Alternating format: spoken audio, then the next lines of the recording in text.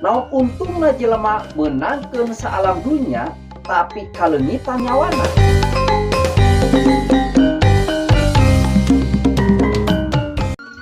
Salam, salam kawilujengan di lebat nami Gusti Yesus Kristus. Pangandika Gusti nyangamkeun dina Matius 16 ayat anu ka-20 genep nyangamkeun. Naon untungna jelema menangkeun saalam dunya tapi kalengitan nyawana. Nah bisa hirupna diganti ku harta di dunia ieu. Nah palawargi, upami urang ninggal tina pangandika Gusti ieu nya eta anu nguntungkeun teh mung tiasa kenal di Gusti Yesus Kristus.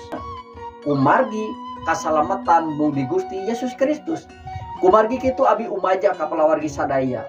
Urang kana percanten yen kasalamatan mung aja di Gusti Yesus Kristus. Hai para wargi, urang percanten karena pangandika Gusti anu disangamkeun tina Matius 16 ayat anu ka-20 genep ieu.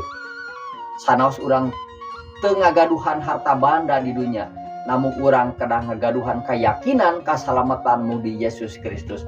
Hatur nuhun, Gusti Yesus ngaberkahan.